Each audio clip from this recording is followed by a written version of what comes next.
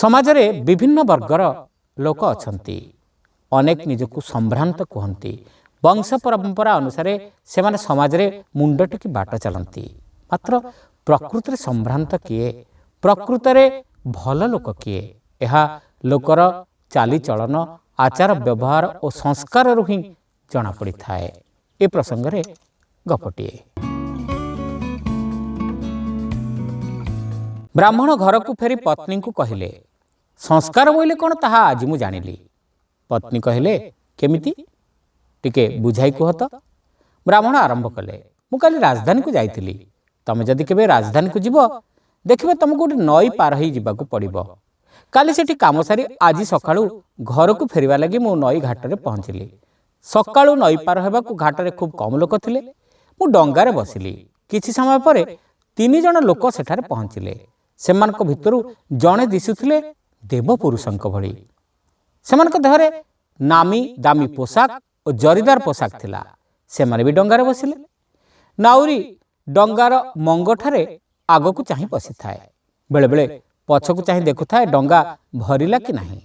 किछि समय पर डंगा भरिगला। नाउरी कात धरिला। डंगा आगे चलिला। वर्षा दिन नई फुली थाए। मझी नई रे डंगा टळमळ हैला। लोकमानक भितर आतंक खेलीगला। नाउरी मंगरू कुहाट मारला केही हलचल हुआ ना भगवान अछंती तांको ऊपर भरोसा करी समस्ते धैर्य धरी बसी रुह। लोके रुद्धश्वास होई बसी रहिले। नाउरी थिला विचक्षण डंगा पार करी कूଳରେ लगाई देला। जण जण करी समस्ते डंगारू ओल्हाई गले एवं नाउरिया हाथକୁ टंका गणी देले। नाउरिया प्रति यात्रीଙ୍କ ठाରୁ टंका नै ताकू कृत्य कृत्य होई नमस्कार करुथाए। यात्री माने हेय ज्ञान कला भले ताळକୁ दृष्टिपात करी ओल्हे जाउथांती। मो आगरे ओल्हे गले से 3 जण सुपुरुष। नाउरिया सेमानକୁ देखि जनकर गोड़ तळे पड़ जाई कहला महाराज आपण मु आपनକୁ चिन्हि पारलेनी केमती मो दोष मार्जना करंतु। महाराजा ताकू तळु उठाइले ताकू धरि पकाई कहले तमे काहे कि मोर पाद धरिल मु तो तुम पाद धरि कृतज्ञता प्रकाश करिबा कथा।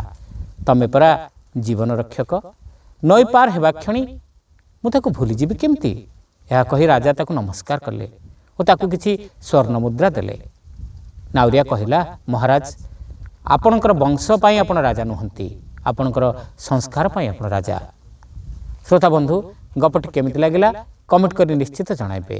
चैनल नुआ होइतिले सब्सक्राइब करबा को भूलिबे नाही। रहिलु नमस्कार।